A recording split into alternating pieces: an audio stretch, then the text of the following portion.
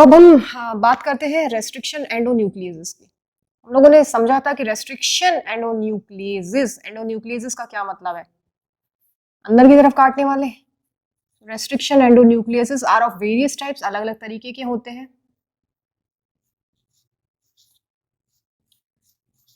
क्या ये अलग अलग माइक्रोब से निकाले जाते हैं? बैक्टीरियम से। तो ये रेस्ट्रिक्शन एंजाइम्स या फिर रेस्ट्रिक्शन एंडोन्यूक्लियस सीक्वेंस को रिकॉग्नाइज कर लेते हैं। अलग अलग टारगेट इनकी सीक्वेंस होती है अलग अलग एंजाइम्स की। तो टी एक लिख लेते हैं nucleotide sequence TCGA। Suppose this is the nucleotide sequence. So I have written a particular nucleotide sequence. अब यहाँ पे कहानी आ रही है पैलिंड्रोमिक सीक्वेंसेस की। पैलिंड्रोमिक सीक्वेंसेस की तो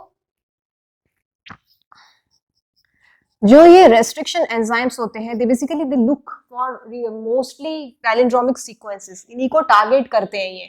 ठीक, तो पैलिंड्रोमिक सीक्वेंसेस वो सीक्वेंसेस होती है जैसे कि एक न्यूक्लियोटाइड सीक्वेंस ऐसे जा रही है 5 प्राइम टू 3 प्राइम। तो अगर मैं इसको उल्टा रीड करूं कॉम्प्लीमेंट्री बेस पेयरिंग जब करेंगे तो किस तरीके से आएगा ये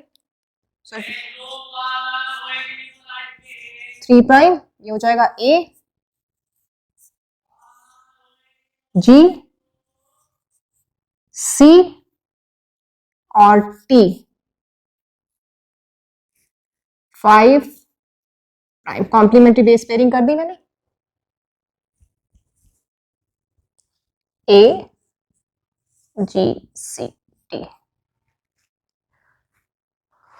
अगर आप ध्यान से देखिए दोनों सीक्वेंसेस को तो सेम आ रहे हैं TCGA TCGA।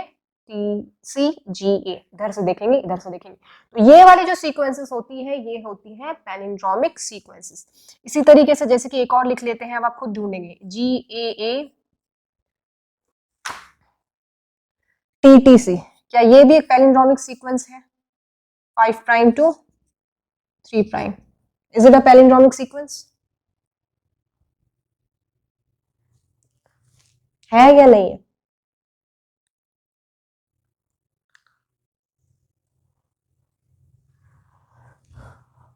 तो restriction endonucleases they target they look for these particular sequences.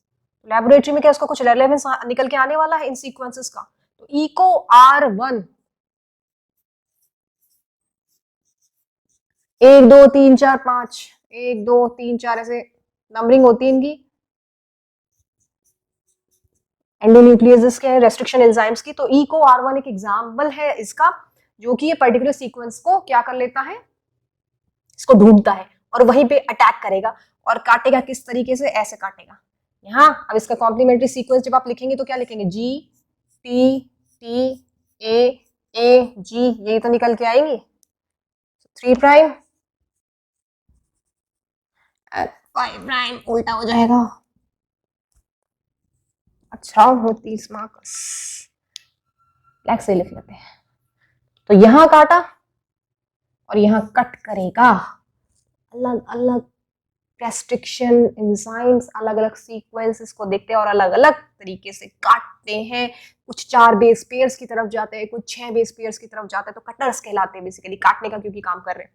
ये जब कटेगा तो कैसे निकल के आएगा? ऐसे आएगा।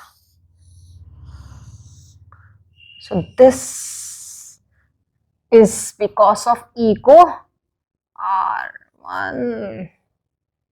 ऐसे काट दिया तो अलग कर दो, कैसे अलग हो जाएंगे? क्या आएगी? ये अलग हो गए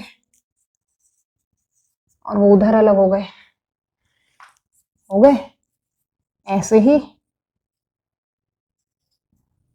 यहाँ क्या बचा? G 5 प्राइम बन गए। ठीक, so this is how it works. So Eco R1 एक और है, ऐसे ही बहुत सारे एंजाइम्स का अलग अलग ऐसे में समा। तो G G G C C C दे रिकॉग्नाइज और वो कट करेगा यहाँ पे सेंटर पे। यहाँ क्या ये भी एक पैलिंड्रोमिक सीक्वेंस है? बिल्कुल बेसिक से जा रहे हैं क्योंकि हम लोगों को न्यूमेरिकल करने हैं फिर एडवांस लेवल के। ठीक, ऐसे ही एक और एंजाइम है इको R5, ये रिकॉग्नाइज करता है ये वाली सीक्वेंस GAT, और CTA, उल्टा लगा दो इसका, बैठेगा TAG, बैठा है 5 prime to 3 prime, 3 prime to 5 prime.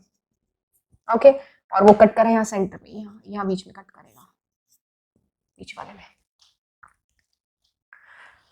बीच वाले में बिल्कुल सिमेट्री जो फॉलो कर रहे हैं, जब ये एंड्स प्रोड्यूस होंगे ये अलग अलग हो जाएंगे, जैसे CCC अलग हो गया और GGG अलग हो जाएगा ना, तो ये ब्लंट एंड्स प्रोड्यूस करेंगे, सिमेट्री है।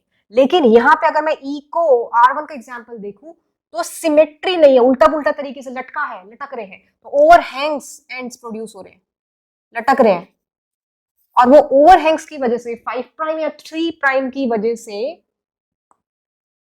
क्या हो जाएगा,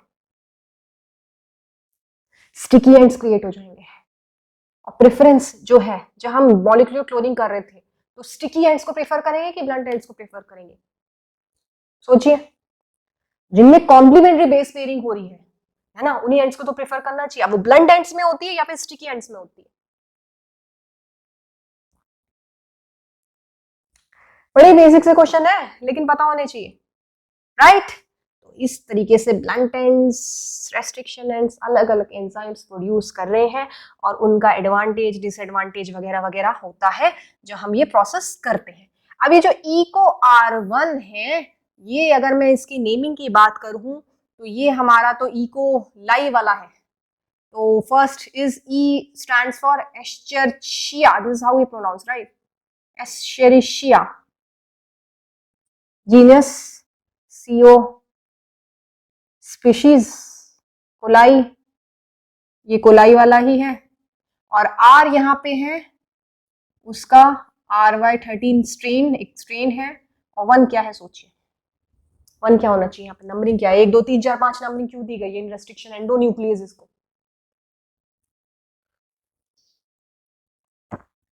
ठीक ठीक। तो अब जाते हैं नियोशीजोमर्स, राइट। आइसोकोडोमर्स क्या होते हैं, आइसोशीजोमर्स क्या होते हैं, ये भी हम लोग जानते हैं आगे।